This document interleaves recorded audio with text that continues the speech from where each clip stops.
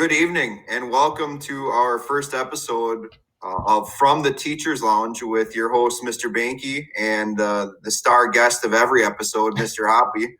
Mr. Hoppy, how are you doing tonight? Great. Doing very well.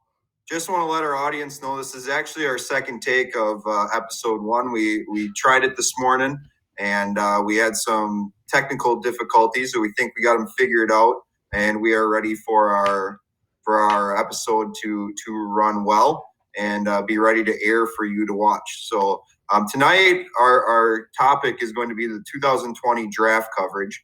Mr. Hoppy and I are going to give our best takes on this year's draft for all you sports fans out there. And before we get into it, I think it's important that if you're going to listen to what we're saying, you understand that we are two very qualified individuals when talking about this. Mm-hmm. So before we get into it, we're gonna let you know a little bit about our credentials so that you can listen to every word we have to say. So, Mr. Hoppy, why don't you start by letting us know your credentials? Yeah, first and foremost, I have a career in football, which a lot of you maybe don't know. As a sixth grade cornerback tight end hybrid is what they classified me as. I was fairly dominant for the black team on the YMCA sixth grade football league. I was so good the coaches wouldn't even play me because they knew I might hurt a kid, and so maybe the term would be sat the bench, but it was because I was too good, and that frustrated me, so I dropped out. The other big reason that I'm qualified here, especially more qualified than you, I've been watching football for a couple more years. If I get that right, my age is TBD. Some are speculating up to 50 with this look that I got going on, but I've got more years of football under my belt, so I pretty much trump everything that you've got to say here today. So hate to say it.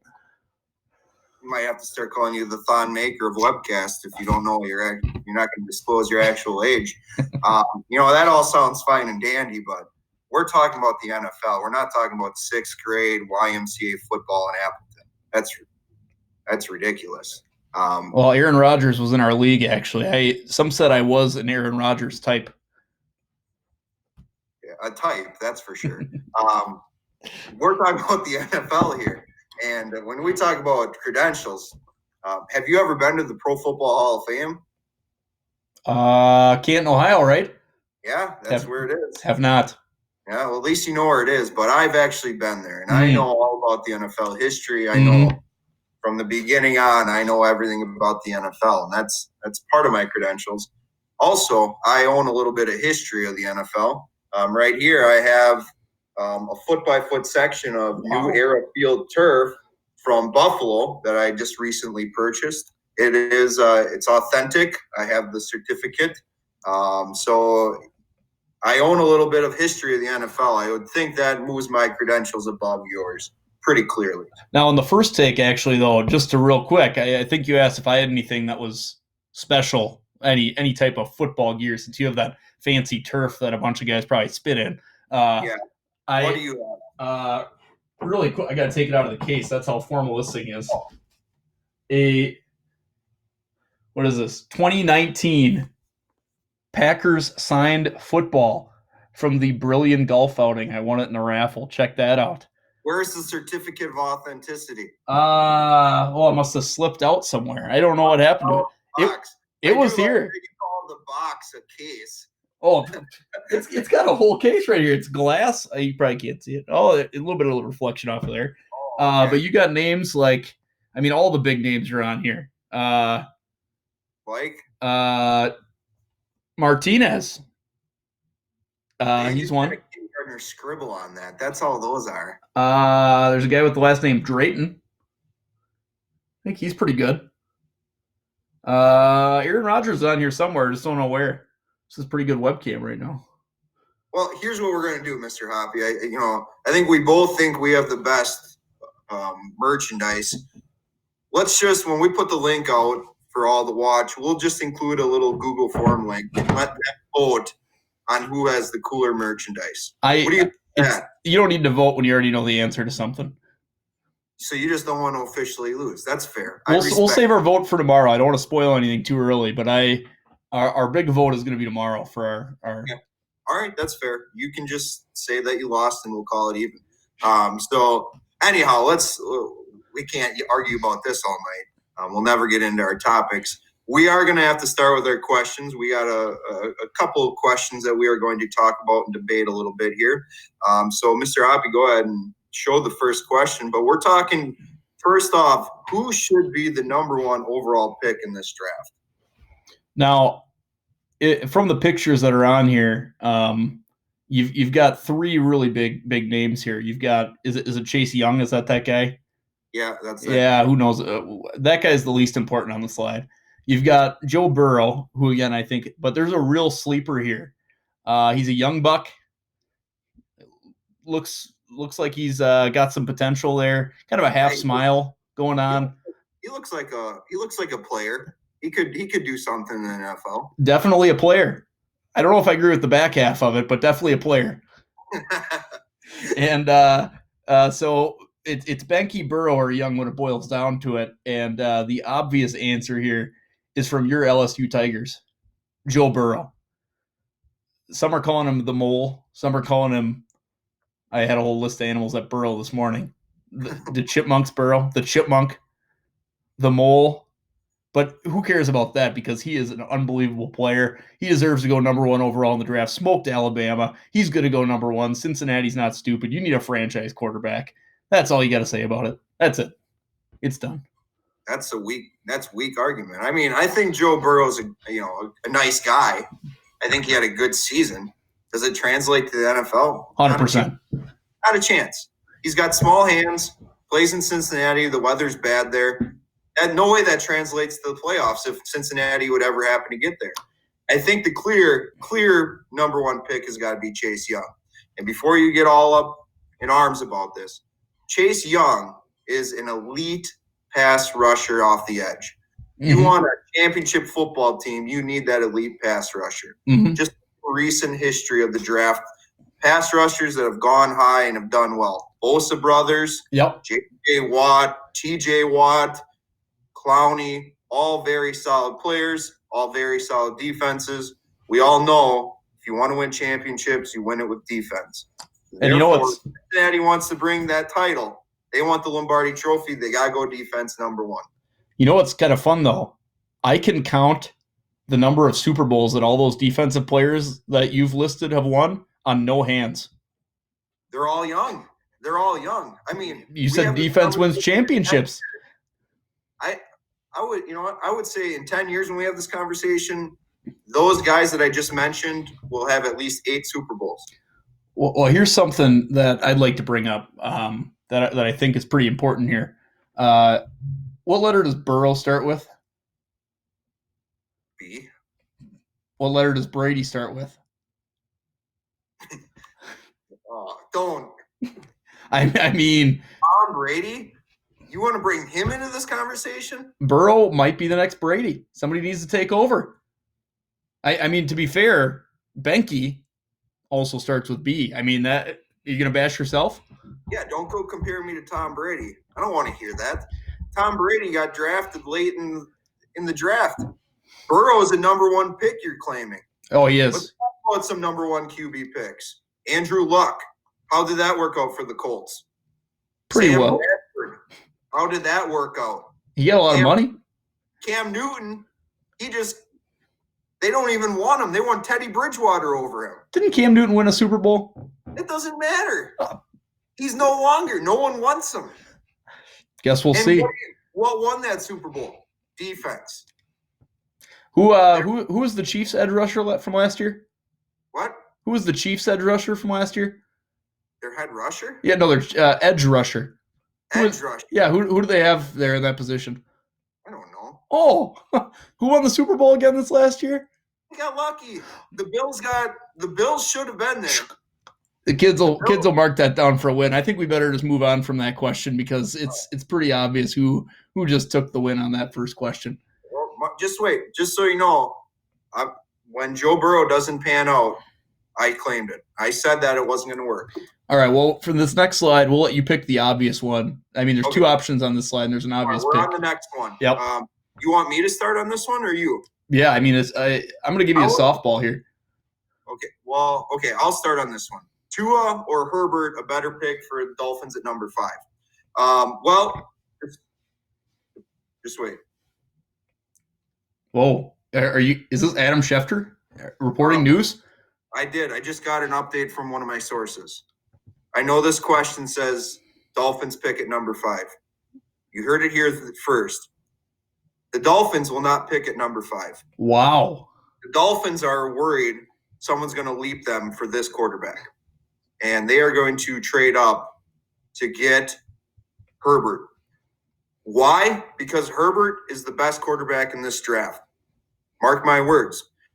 6'6", 230, dual threat. You look it up in the dictionary, you have a picture of Herbert, number 10 from Oregon, right next to it. He's elusive. He's got the arm. And for all of us Badger fans out there, we know just how good he is.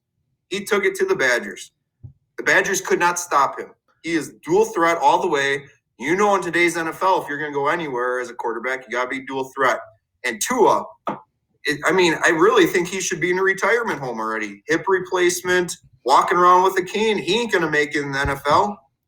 Dolphins got to go Herbert, and they aren't going to do it at number 5 because other teams want Herbert. That's how good he is. Now, I throw you a softball, giving you Tua as the obvious pick at number 5 for the Dolphins, and you go with some no-name Herbert. I didn't know who he was this morning when we filmed it the first time, and 12 hours have gone by, and I still won't know who the heck this guy is. He came out of nowhere. Tua, he's proven. Look at him. He's pointing at his head. He's intelligent. Right there, he's showing off his smarts. I think it's Washington, number 2 pick right now, and you have Tua. If I'm them, I'm taking him Tua. Hashtag Tua at Tua. It's an obvious choice. You need a franchise quarterback. They have Dwayne Haskins. He's terrible. And again, Tua's going to step right in. Washington has an outside shot at the championship. They bring in Tua this year.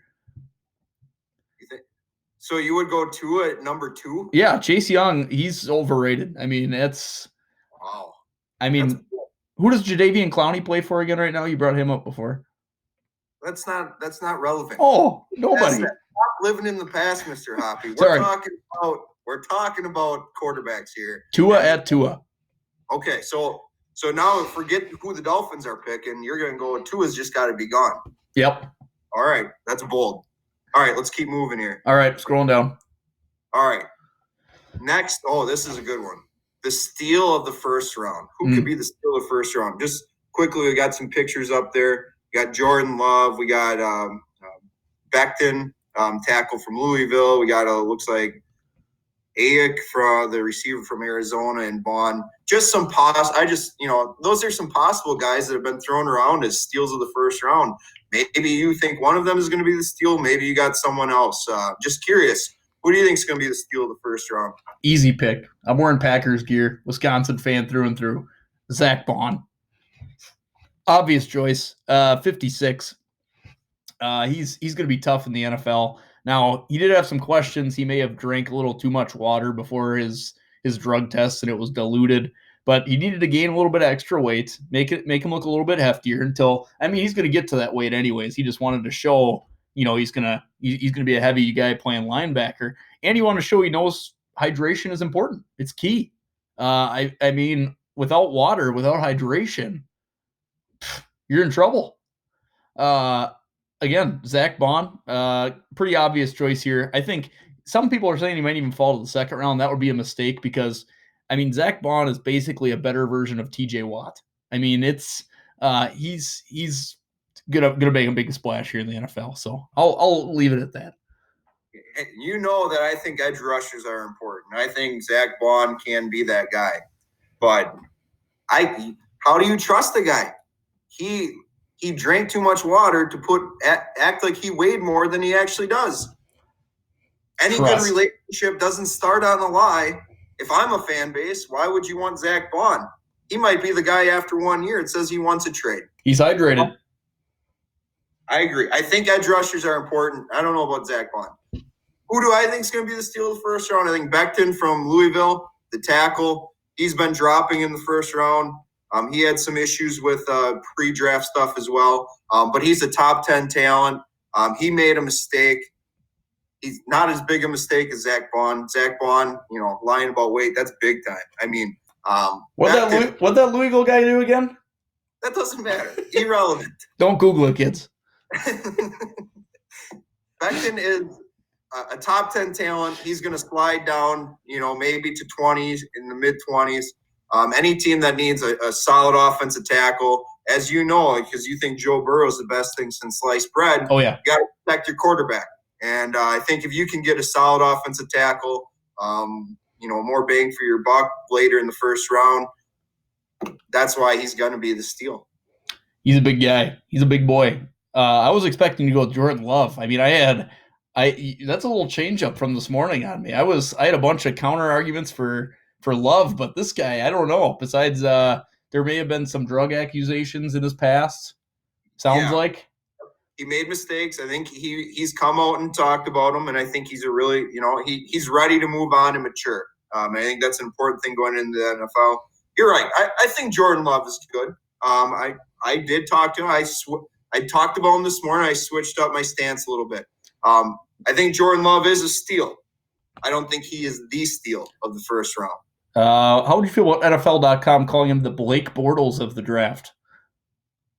I think that's wrong. Pretty accurate, huh? When I think Blake Bortles, I think teams reaching for a guy that we knew Blake Bortles wasn't going to be good. Jordan Love, since you brought him up, he reminds me of another West Coast college quarterback. He's got the arm. Don't say it. He had to sit behind a quarterback for a couple of years. I think Jordan Love, with his maturity level, he sits behind the right guy for a couple of years, can be the next Aaron Rodgers. Wow. So now, I hate to say it, but Jordan Love had quite a few interceptions, I believe, in the Mountain West Conference, the MWC. He's a gunslinger. He's got the arm. He's got to mature, just like Becton from Louisville. They got to mature a little bit. Once Jordan Love matures, sitting behind a quarterback, there once was another gunslinger named Brett Favre. I think he did okay. I think Jordan Love is your next guy that once he starts making better decisions, he's got all the talent in the world. Do I say Mahomes-esque, Rodgers-esque? I think that those are fair things to say. When it boils down to it, one guy throws too many picks, one guy may have failed a drug test, and the third guy drank too much water. Which one do you want? I'm taking drank too much water. All right, we'll move on to number 4. All right, our final question for today's episode. This is a good one. We're both Packers fans. Who should the Packers pick in the first round? This is good. I'll start. This is an interesting one because we've talked. Packers have a couple of needs, but when I think about the first round and how it might unravel, you have a lot of talented wide receivers in the first round, and where the Packers sit, I do believe there's one wide receiver that will fall to them, and I think they would have to take. And I think that's Ayuk from Arizona State. He's the guy that he had surgery done once the draft. Yeah, things changed a little bit. He did have surgery because he didn't have to show anything. He didn't have any pro days to worry about. He just wanted to get his surgery done and started his rehab with that. A talented player from Arizona State. When you talk about the Packers' needs, they got Devontae Adams. I know they picked up Funchess. Funchess was good for me a couple of seasons ago in fantasy, but is he a number 2 that we want in Green Bay? I don't think so. So you got to, you're the Packers. I don't think the Alabama receivers are there. CeeDee Lamb for sure isn't going to be there. Jefferson from LSU is probably off the board. So you're looking at either the Ayuk from Arizona State or you're looking at TCU or Baylor player. This is the guy I think he might be a little bit of a risk based on his surgery, but again, you got to risk it to get some talent, and I think that's the best value for the Packers at pick 30. I'm going to throw it out. I agree with you. I think they need a wide receiver at some point. I just don't think it's the first round. It's a deep wide receiver class. They'll be able to get somebody a little bit later. My guy, linebacker, again, great college of LSU, Patrick Queen. the Royal himself, as Lord says, something about Royals. And that's quite the song. So I did the same thing this morning and I didn't look up the lyrics still. But Patrick Queen, I have never seen him really play much, but he had a huge game against Alabama. Quick linebacker, good hands, quite a few picks. Tough guy. I mean, good name. I mean, you got Queen running your back or your middle linebacker, inside linebacker. I don't even know which one he plays, but who cares? Draft him. Trade up if you need to. Get this guy. I watched one highlight tape today, and I'm sold. That's all I needed. So Patrick Queen in the first round. Dude, is he a guy the Packers look to trade up for? I would. I mean, seems fairly obvious to me here. All right. Well, we'll get LaFleur on the horn tonight and let him know that Sam Hoppy thinks they should trade up for him. That's Mr. Hoppy to you. Sorry, I blew up. So tomorrow, that was our last question for today, but we are going to try to film one more of these tomorrow for Friday, which is going to be kind of a personal little draft back and forth with us. That's correct? You're on board with this? Yep. Do we want to give them the topic in advance? Yeah, we can. I don't see why not. Yeah. So on Friday morning, we'll be releasing our draft of breakfast foods. We're going to be bouncing back and forth here, drafting breakfast foods.